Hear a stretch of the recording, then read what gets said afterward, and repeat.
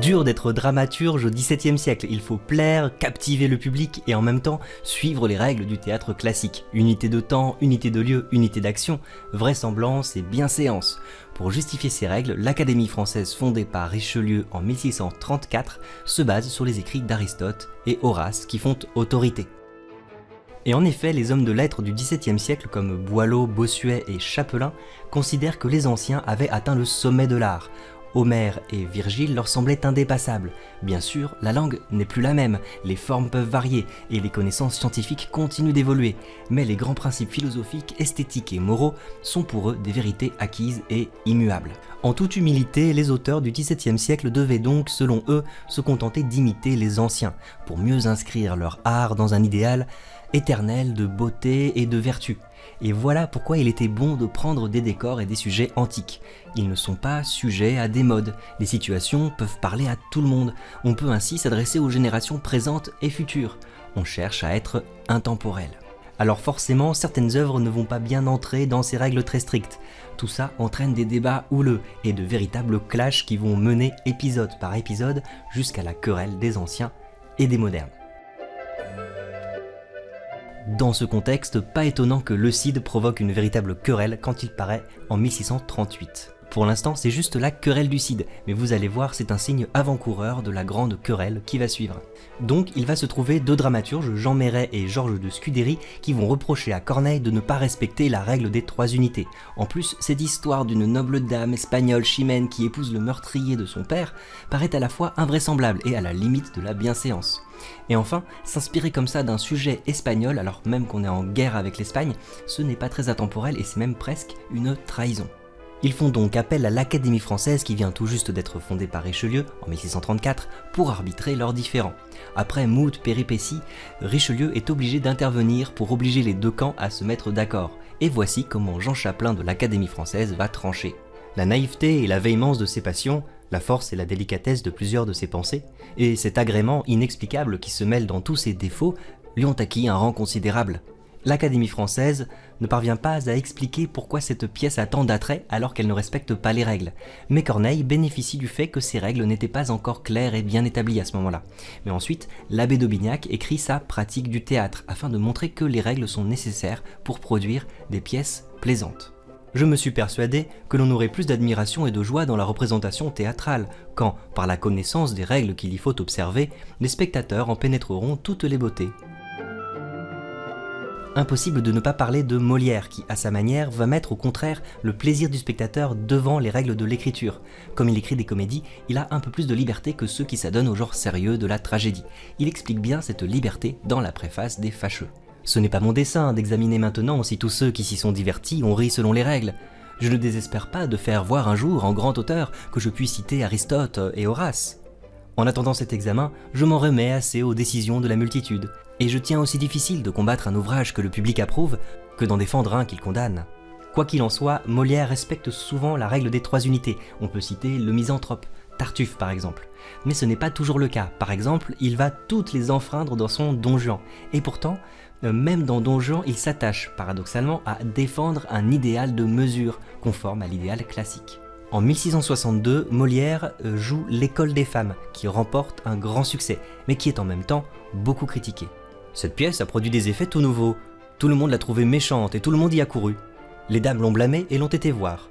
Elle a réussi sans avoir plu, et elle a plu à plusieurs qui ne l'ont pas trouvée bonne.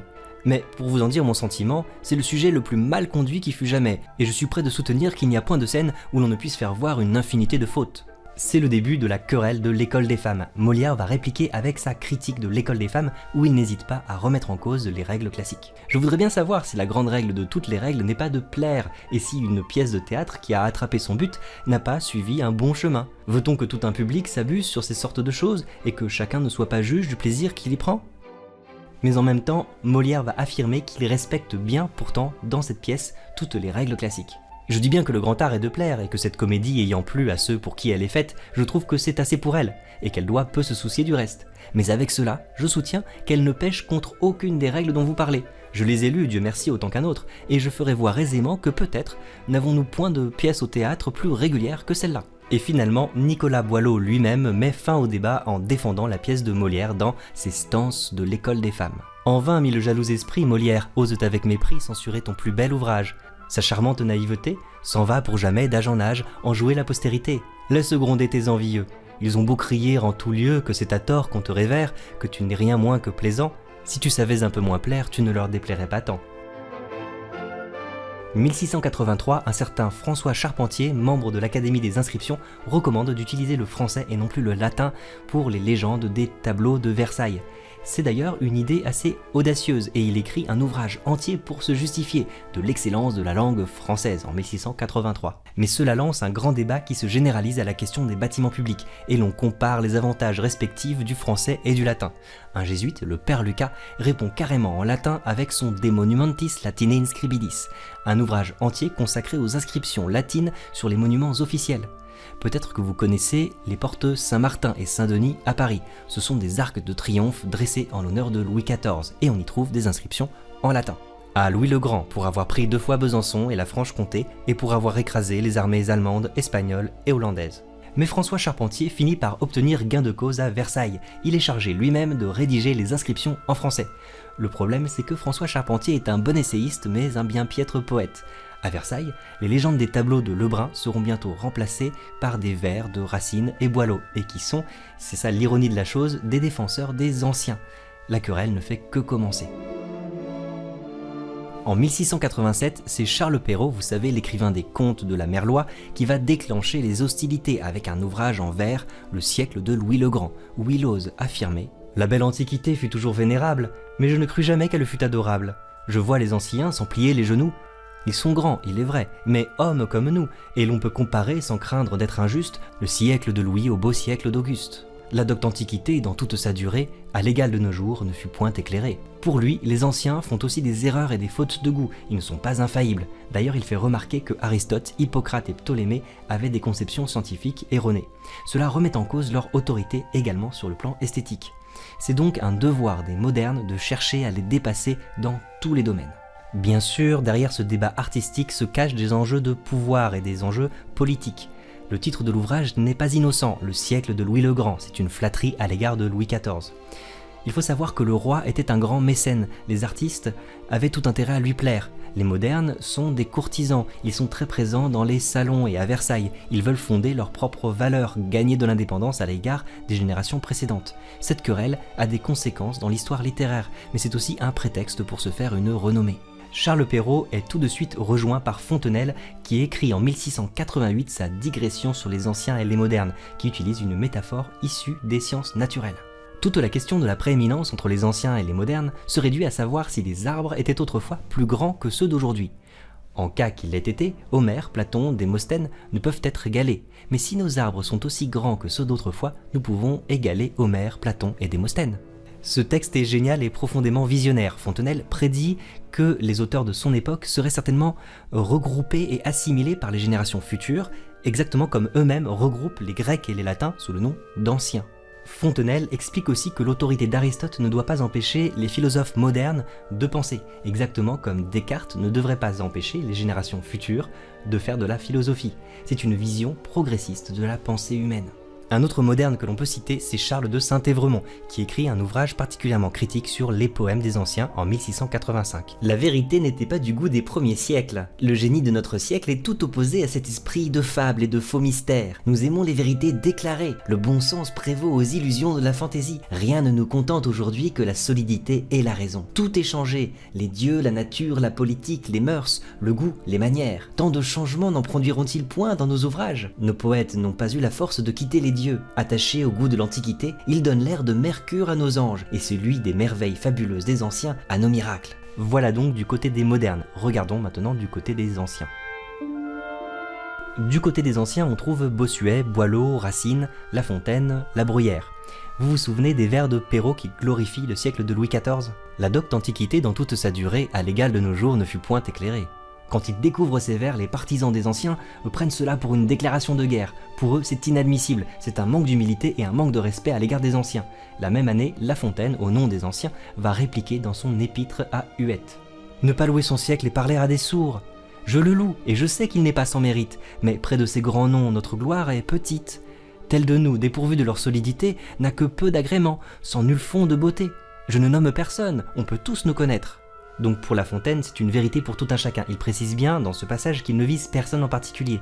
Pour faire une œuvre d'art belle et agréable, l'imitation des anciens est un passage obligé. Et d'ailleurs, c'est ce qu'il fait lui-même, puisqu'il s'inspire des fables d'Ésope pour rédiger son œuvre.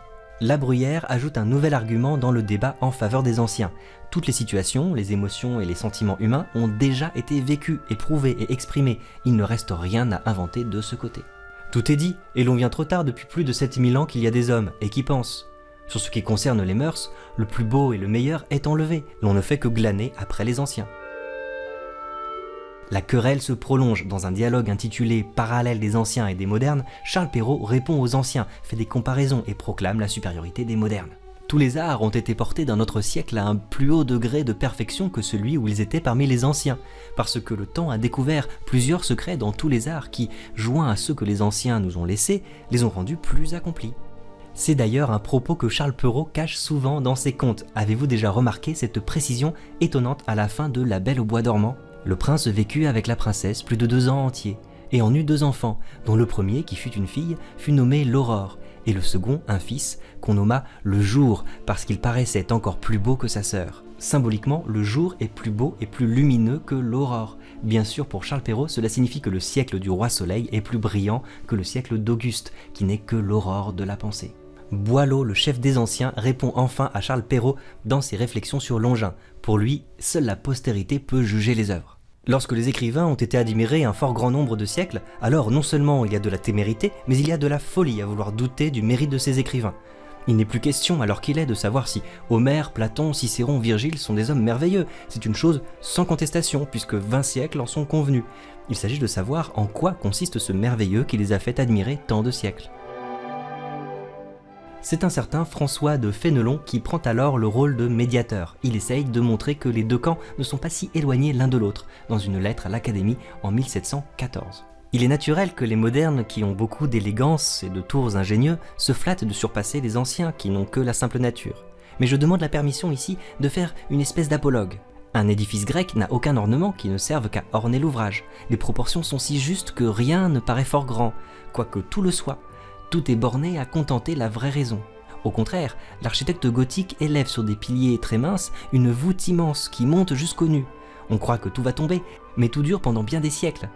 N'est-il pas naturel que les premiers architectes gothiques se soient flattés d'avoir surpassé par leur vain raffinement la simplicité grecque ? Ces auteurs se seraient trompés en pensant ainsi. Les plus excellents auteurs de nos jours doivent craindre de se tromper d'eux-mêmes. Je n'ai garde de vouloir juger en parlant ainsi. Je propose seulement aux hommes qui ornent notre siècle de ne mépriser point ceux que tant de siècles ont admirés. Je ne vante point les anciens comme des modèles sans imperfection. Je ne veux point ôter à personne l'espérance de les vaincre. Je souhaite au contraire de voir les modernes victorieux par l'étude des anciens mêmes qu'ils auront vaincus. Ainsi, à la fin du siècle, la querelle s'épuise progressivement. Les anciens se font vieux, les enjeux de pouvoir sont moins importants. Perrault et Boileau acceptent la réconciliation et s'embrassent en public devant l'Académie française. Enfin, en 1700, Boileau écrit et publie une lettre de réconciliation adressée directement à Charles Perrault et dont voici quelques extraits. « Monsieur, puisque le public a été instruit de notre démêlé, il est bon de lui apprendre aussi notre réconciliation. » Et c'était pour commencer à le lui faire entendre que peu de temps après notre réconciliation, je composais un épigramme. « Tout le trouble poétique, à Paris s'en va cesser. Perrault l'antipindarique et Despréaux l'homérique consentent de s'embrasser. Je ne sais si j'ai bien pris votre pensée, mais la voici ce me semble. Votre dessein est de montrer que pour la connaissance surtout des beaux-arts et pour le mérite des belles-lettres, notre siècle, ou pour mieux parler le siècle de Louis le Grand, est non seulement comparable, mais supérieur à tous les plus fameux siècles de l'Antiquité, et même au siècle d'Auguste. Vous allez donc être bien étonné quand je vous dirai que je suis sur cela entièrement de votre avis. À la vérité, j'emploierai beaucoup d'autres raisons que les vôtres, car chacun a sa manière de raisonner, et je prendrai des précautions et des mesures que vous n'avez point prises. Je n'opposerai donc pas, comme vous l'avez fait, notre nation et notre siècle à toutes les autres nations et à tous les autres siècles joints ensemble. Après avoir mûrement pesé en quoi ils sont au-dessus de nous et en quoi nous les surpassons, je suis fort trompé si je ne prouvais invinciblement que l'avantage est de notre côté. Il ne reste donc plus maintenant, pour assurer notre accord et pour étouffer en nous toute semence de dispute, que de nous guérir l'un et l'autre, vous d'un penchant un peu trop fort à rabaisser les bons écrivains de l'Antiquité, et moi d'une inclination un peu trop violente à blâmer les méchants et même les médiocres auteurs de notre siècle.